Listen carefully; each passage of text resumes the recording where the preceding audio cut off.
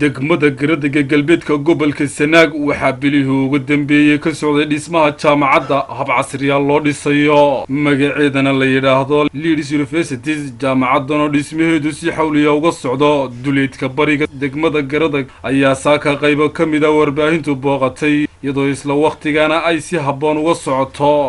shaqada dhismaha jaamacadda waxayna la kulmeen injineerka guud ee hadda dhismaha jaamacadda gacanta ku haya Saciid Axmed Suufi oo kamid ah injineerada dhismaha hadda jaamacadda gacanta ku haya ayaa isla goobtaana kula kulanay sidoo kalena faahfaahin dheeraad ah ka bixiyay habka dhismaha jaamacaddu u socoto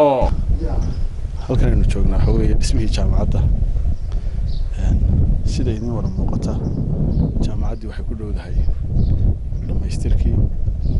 qaybtan nimanka joognaana waa qaybtii adminka ee jaamacadda maamulka guudeglaha kale qaybaha kalena waad aragtaan xilli gabagaba bay ku jirtaa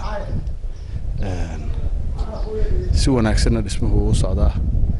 waqtigii loogu talagalay inuu ku dhamaado ayaan aad ugu rajo weynahay tayada dhismuhuna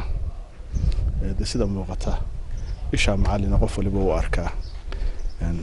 sida uu socoto naqshadii iyo dhisaynkii loogu talagalay in la siiyay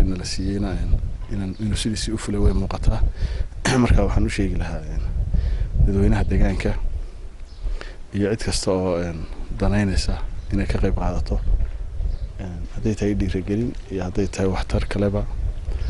oo u furan tahay si wanaagsan bayna u socotaa warbixino kuwan ka horeeyay oo fara badan oo filayaa in aan hore telefishinada ee meelo badan uga baxday marka waxaan u sheegayaa in waqtigii loogu talagalay ay ku furmayso sidii loogu talagalayna ay jaamacaddu u furmayso